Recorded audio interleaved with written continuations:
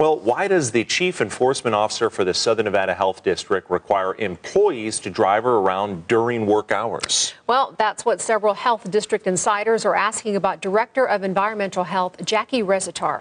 Health inspectors and other staff members are often required to drive Rezatar to appointments, even though she gets paid a monthly stipend to cover the cost of using her own car. The I-Team's George Knapp found one possible explanation for why employees are driving Miss Rezatar.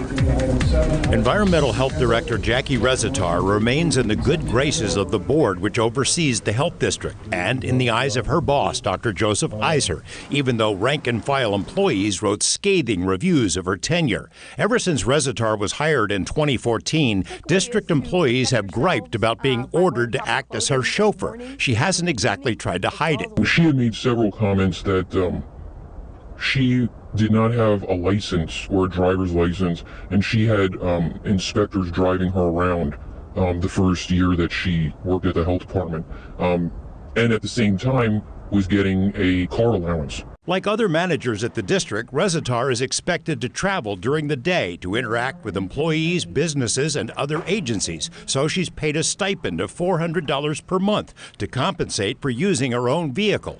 All health inspectors who work for Rezatar are required to have valid driver's licenses. It's also a listed requirement for nearly all other health district managers, but not for her.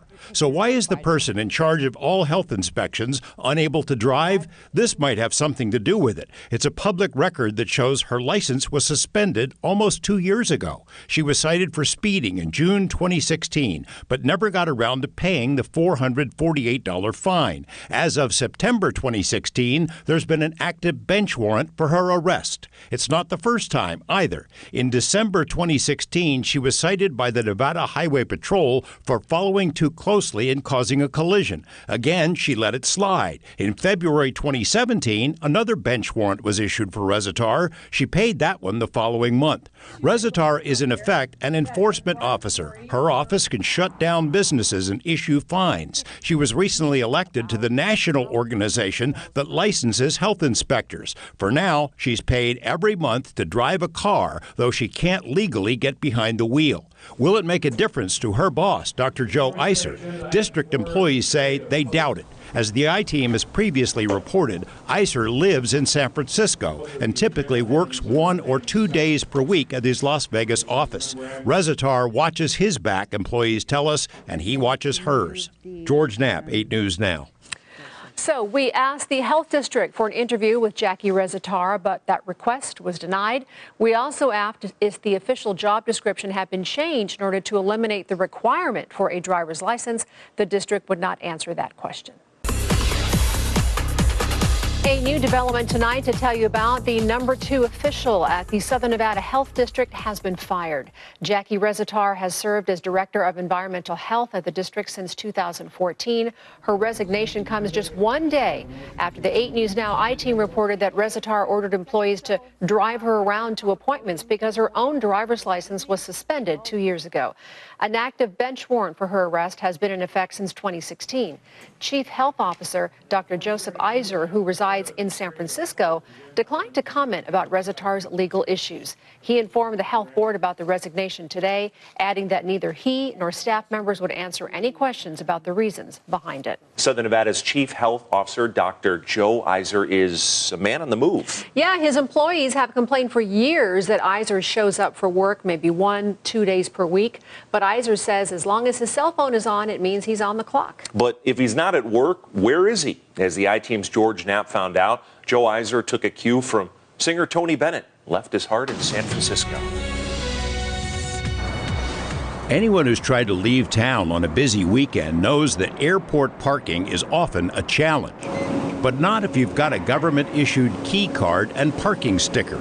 The pass allows access to the closest, most coveted primo parking spots at McCarran. The permits are supposed to be used for official business, but no one really checks. The I-Team did. From May 2017 until May of this year, Chief Health Officer Dr. Joe Iser swiped his airport parking card 60 times, which means he took 30 out-of-town trips, averaging more than 2 trips per month. That's a lot of official traveling.